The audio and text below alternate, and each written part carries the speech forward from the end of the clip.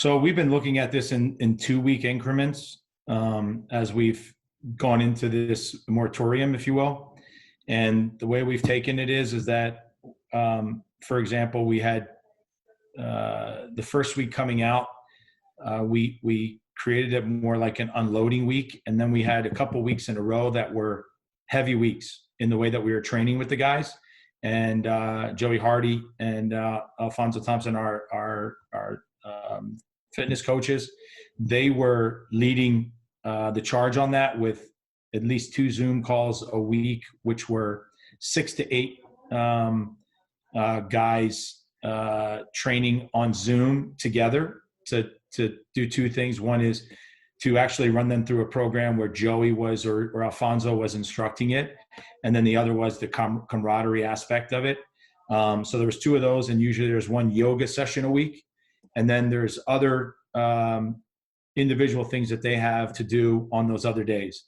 And so we have weeks that are loading weeks where they're really heavy, and then we have unloading weeks that are kind of taking them off that. The bottom line is that we've been trying to keep them a good level of basic fitness, if you will, because that's going to be, to me, I've said this before, it's going to be the most important aspect of us returning to play.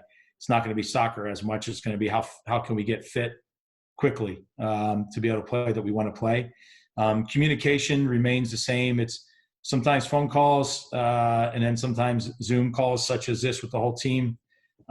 These are a little more difficult with the guys because just because I think they're used to dealing with me probably more on an individual basis, especially, a lot of times when I'm talking to them in a group, there's not a lot of, it's not usually a conversation, not because I keep it that way. It's just, I'm usually informing them about something, then we move on to the next thing. And if I have to make an adjustment to somebody, it's usually one-on-one.